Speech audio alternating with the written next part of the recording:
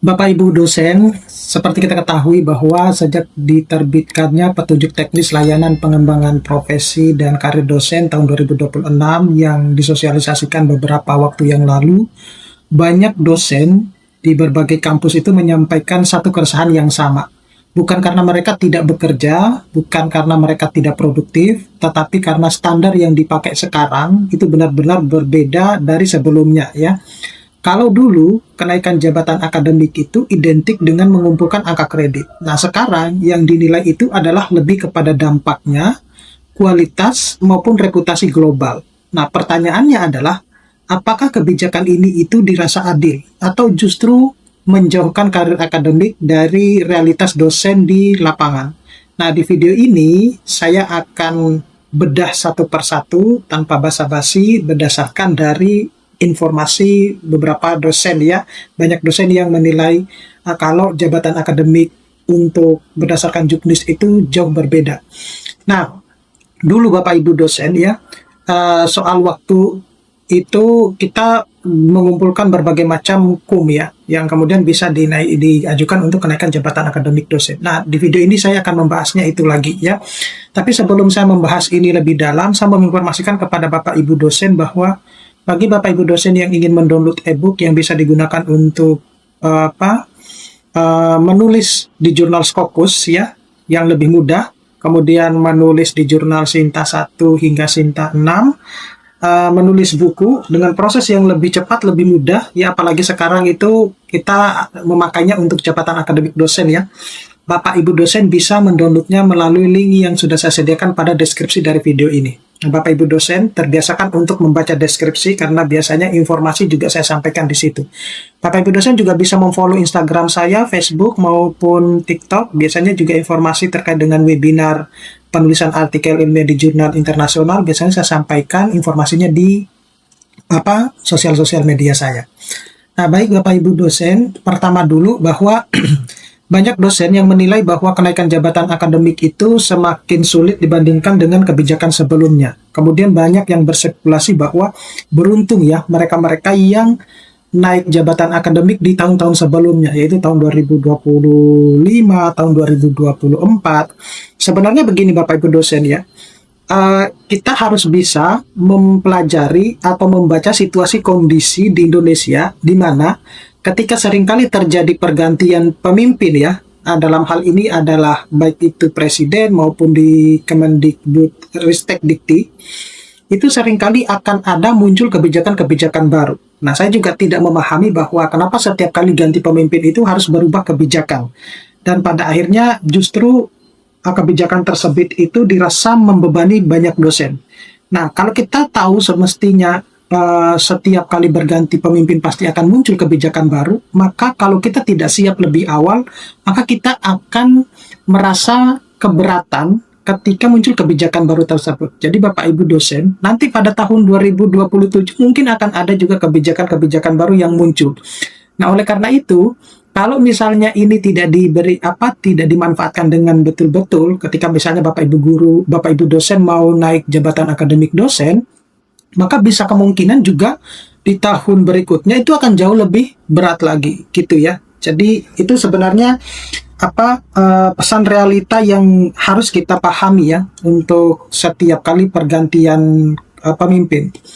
Nah, ini perubahan paradigma. Jadi kita tidak hanya lagi fokus kepada angka kredit, tapi menjadi fokus kepada dampak dan kontribusi. Jadi artikel-artikel kita yang sudah publish itu Bapak Ibu guru harus memiliki dampak yang dan kontribusi yang cukup besar. Nah, saya juga tidak tahu bagaimana nanti para asesor PAK itu menilai tolak ukurnya itu seperti apa. Apakah dari segi jumlah sitasi atau seperti apa? Saya juga tidak memahami sejauh ini karena tidak ada penjelasan secara detail ya ketika waktu sosialisasi.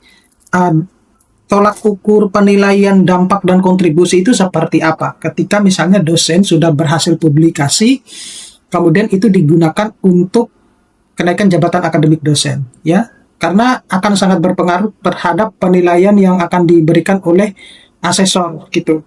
Jangan-jangan nanti asesor menilai bahwa ini tidak memiliki dampak sehingga pengurangan cukup besar hukumnya. Nah, ini standar publikasi untuk lektor kepala itu jurnal internasional Q1 ini salah satu Q3, sorry, Q3 ini salah satu Bapak Ibu dosen ya. Tapi juga bisa ke Sinta 2 gitu ya. Atau ke Sinta 1 ya. Sedangkan untuk yang profesor itu adalah jurnalnya harus jurnal Q1 dan Q2. Nah, salah satu Q1-nya itu harus memiliki impact factor lebih dari 7 ya, untuk ini untuk kasus percepatan Bapak Ibu dosen ya. Tetapi kalau bukan untuk kasus yang loncat 2 tingkat ya harus Q1 dan Q2 gitu. Jadi saat ini itu Bapak Ibu dosen kita itu dituntut untuk merubah cara pandang, cara pola berpikirnya. Kalau dulu di Kemendikti Saintek nomor 63 itu sama yang POPAK sebelum-sebelumnya itu yang mensyaratkan ya hanya cuma Scopus ya, baik itu mau yang ke lektor kepala maupun ke guru besar gitu ya. Bahkan kalau untuk yang magister itu bisa ke lektor kepala tanpa harus ke Scopus, itu yang sebelum-sebelumnya. Nah, saat ini itu berbeda gitu, jadi tidak asal-asalan oke yang penting Scopus. Itu sekarang sudah ditentukan Q-nya gitu ya. Bahkan impact faktornya sudah ditentukan juga bagi mereka yang ingin melakukan percepatan. Nah, tentu ini dirasa kurang relevan mungkin atau kurang realistis bagi beberapa dosen, mengingat mungkin mereka untuk publish ada di jurnal Scopus itu sudah kesulitan gitu. Jadi kalau saya sebenarnya punya pendapat yang berbeda ya, bahwa semestinya sebelum hal ini diterapkan itu mungkin ada bentuk pembentukan sistem dulu ya. Bagaimana biar dosen itu lebih terbiasa untuk bisa berhasil publikasi. Nah, mungkin sejauh ini itu sudah dilakukan berbagai macam pelatihan, baik itu yang diterapkan oleh universitas dan lain sebagainya. Tapi itu kalau hanya cuma dalam waktu 1-2 hari atau bahkan 3 hari itu juga tidak cukup gitu ya. Jadi perlu ada bootcamp secara khusus ya, yang memiliki jangka waktu yang cukup lama hingga sampai seorang dosen itu berhasil publikasi dan dia belajar dari pengalaman tersebut gitu. Nah, berbeda dengan sistem ekosistem yang ada di luar negeri. Kalau di luar negeri itu ya sejak dari master bahkan apalagi kalau yang doktoral ya, itu sudah harus dituntut harus publikasinya di Q1 dan bahkan sudah ditentukan bahwa jurnalnya harus SCI ya, tidak apalagi kalau merasa masuk ke jurnal-jurnal yang high tier gitu ya. Itu sudah sehingga ekosistem lingkungannya itu menuntut kita harus seringkali membaca jurnal-jurnal Q1 seperti itu. Nah, kalau di Indonesia sistem itu tidak dibentuk dulu, maka akan selalu merasa kesulitan. Dosen-dosen akan terus merasa kesulitan untuk mempublikasikan artikel-artikelnya. Bahkan mungkin banyak ya Profesor Brian sendiri itu di dalam podcastnya dengan profesor siapa ya yang dari Indonesia yang mengajar di Inggris itu, dia menyampaikan secara terang-terangan bahwa di doktoral di Indonesia itu bahkan kayak seperti mahasiswa S1. Jadi ekosistemnya itu tidak terbentuk seperti yang di luar negeri gitu. Jadi ketika mereka kuliah S3 kemudian setelah selesai kuliah langsung pulang gitu. Jadi tidak terbentuk ekosistemnya seperti yang di luar negeri. Nah, itu Prof.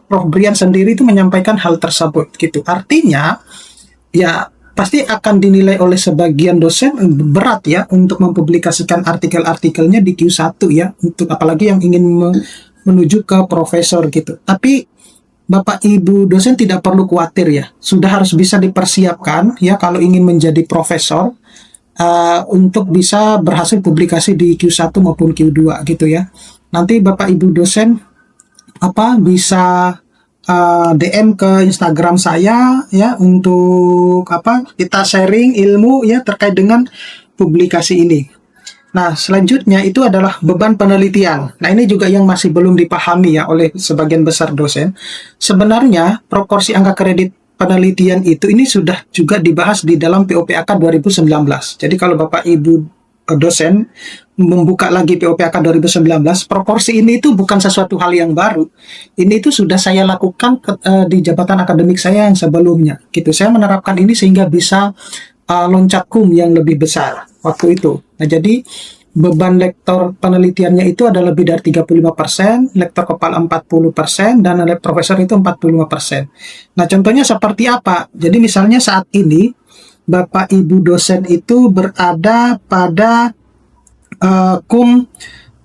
katakanlah 300 Bapak Ibu dosen ya, 300, kemudian mau ke guru besar 850 ya, berarti Bapak Ibu dosen itu harus mengumpulkan minimal 550 ya, 550 kum.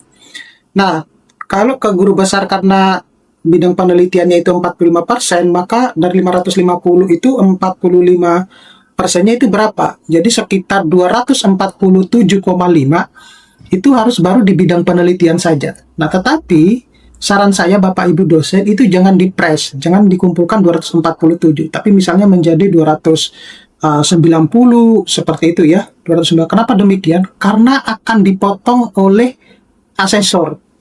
Ya, kalau sudah dipotong sama asesor itu besar-besar Bapak Ibu dosen. Jadi pastikan jangan dipres seperti itu. Itu pengalaman saya sih. Gitu, Bapak Ibu dosen bisa mengikuti pengalaman tersebut.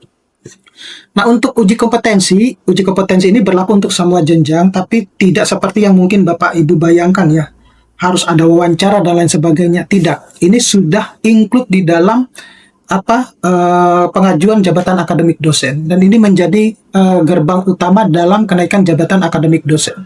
Nah, saya juga sejauh ini belum mendapatkan informasi ketika saya bertanya kepada beberapa asesor PAK itu, mereka juga belum mendapatkan informasi atau sosialisasi terkait dengan seperti apa uji kompetensi yang akan diterapkan nanti. Nah, untuk profesor bukan lagi zona aman ya Bapak Ibu dosen ya. Jadi ada retensi profesor di mana tunjangan ini dapat dihentikan ketika kinerja itu tidak lagi terpenuhi. Gitu. Jadi Bapak Ibu dosen yang bangga dengan profesornya sekarang itulah harus lebih hati-hati gitu ya. Apalagi saat ini itu kan ada IKD ya, Indeks Kinerja Dosen di dalam proses pengajuan jabatan akademik dosen. Artinya, kalau si profesor maupun kampusnya tidak memahami indeks kinerja dosen, salah satu punishment, hukuman terberatnya adalah ini ya, ada pemberhentian sebagai seorang profesor maupun pemberhentian kampusnya sendiri atau tidak bisa beroperasi kampusnya. Nah, secara kesimpulan, kebijakan baru ini menuntut kualitas global sebenarnya ya. Tidak semua dosen itu dirasa siap dengan perubahan ini, tapi mau bagaimana lagi Bapak Ibu dosen, kita harus siap ya. Perlu beradaptasi serius gitu. Jadi sekali lagi bagi Bapak Ibu dosen yang mungkin ingin sharing diskusi terkait dengan dengan publikasi, Bapak Ibu dosen silakan klik link yang ada di deskripsi dari video saya. Di situ ada diskusi ya. Kita akan sama-sama diskusi terkait dengan dunia akademik, terutama publikasi internasional. Oke, saya kira cukup sekian Bapak Ibu dosen. Mudah-mudahan ini bisa bermanfaat. Nanti kita akan ketemu pada video-video selanjutnya. Saya Assalamualaikum warahmatullahi wabarakatuh.